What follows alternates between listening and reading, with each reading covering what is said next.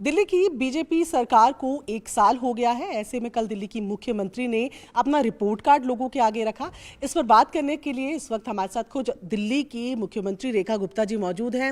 रेखा जी, सबसे पहले तो 1 साल आपका हुआ, उसकी बहुत बहुत मुबारकबाद आपको। Thank you so much. Ma'am, अगर मैं आपसे जानना चाहूँ कि आप मुझे 5 वो उपलब्धियाँ बताएं जो आपको लगता है कि मुश्किल थी, पर आप लोगों ने 1 साल में उन उपलब्धियों को हासिल किया है।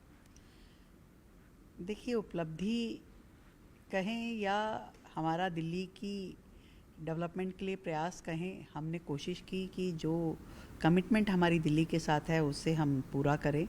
और उस कमिटमेंट की श्रृंखला में सबसे पहले जो आयुष्मान योजना जो वर्षों से यहाँ पेंडिंग थी, जिसमें हमने बल्कि इंक्रीमेंट करके 5 लाख केंद्र की ओर से और 5 हमने जोड़ा, 10 लाख का हेल्थ कवर दिल्ली की जनता को दिया। दिल्ली की 70+ एज ग्रुप जो हमारा है बुज़ुर्गों का, उसको हमने दिया। वो एक अच्छा प्रयास है दिल्ली के हित में। और इसी तरीके से अटल कैंटीन कि दिल्ली शहर में कोई भूखा ना सोए, इसके लिए हमने प्रयास किया। अटल कैंटीन 70 खोली, जिसमें 5 रुपये में हमने भोजन दिया उन श्रमिकों को, उन आश्रित लोगों को जिनको इसकी ज़रूरत है।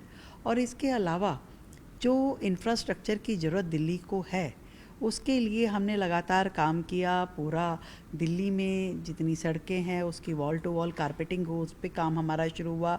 जितनी रुके हुए फ्लाईओवर्स के काम थे उनको हमने कंप्लीट किया। जितने हॉस्पिटल्स के काम रुके हुए थे उनको हमने इनिशिएट किया। और नए curriculum, CM Shri 75 CM Shri school, 50,000 नई पेंशन, 4,000 नई EV बसेस। तो ये सारी चीज़ें हैं जो मुझे लगता है कि दिल्ली को एक बेहतर दिशा में लेके जाएंगी। आज 1 साल 1 दिन ही हुआ है, लेकिन मैं जानना चाहूँगी कि इस साल के लिए आपकी क्या तैयारियां हैं, क्या मैनिफेस्टो के वो वादे हैं जो इस साल प्रायोरिटी में रहने वाले हैं रेखा गवर्नमेंट के। सबसे बड़ा वायदा तो दिल्ली की जनता से है कि उनकी हर समस्या को समाधान देना। और मुझे लगता है कि दिल्ली में जो पानी की लाइन, सीवर की लाइन वर्षों से नहीं डली हैं या बहुत पुरानी है, उनको रिप्लेस करने की ज़रूरत है। नए STPs बनने की ज़रूरत है। यमुना की सफाई के लिए जो हमने प्रण लिया है उसको करने की ज़रूरत है। कूड़े के पहाड़ जो ख़त्म करने हैं उनके हमने टारगेट तय किए हैं, तो उस पर बहुत स्पीड में काम हम कर रहे हैं, उसको पूरा करना है। तो बहुत सारे काम हैं इस साल के लिए भी। और 365 दिन 24/7 दिल्ली की सरकार दिल्ली की जनता के लिए काम करेगी। मैम, इससे थोड़ा सा इतर AI समिट दिल्ली में चल रहा है और ऐसे में हमने देखा कि किस तरीके से इंडियन यूथ कांग्रेस का वहाँ पर प्रोटेस्ट होता है। किस तरीके से आप इस घटना को देखती हैं?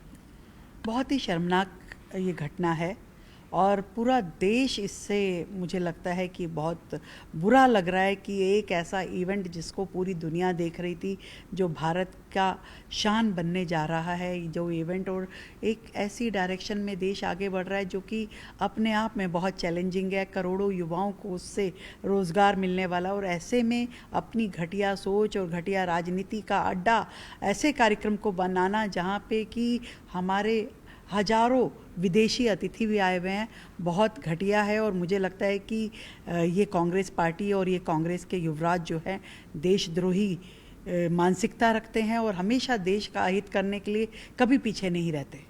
चलिए, हमसे बात करने के लिए बहुत शुक्रिया। तो ये थी दिल्ली की CM जो साफ तौर पर कह रही हैं कि अगले 365 दिन में जो करना है उसका भी रोड मैप तैयार है और 365 दिन में क्या कुछ खास होगा वो लगातार उस पर काम कर रही हैं। कैमरा पर्सन चंदन के साथ प्रियंका कांडपाल, न्यूज़ 18 इंडिया, दिल्ली।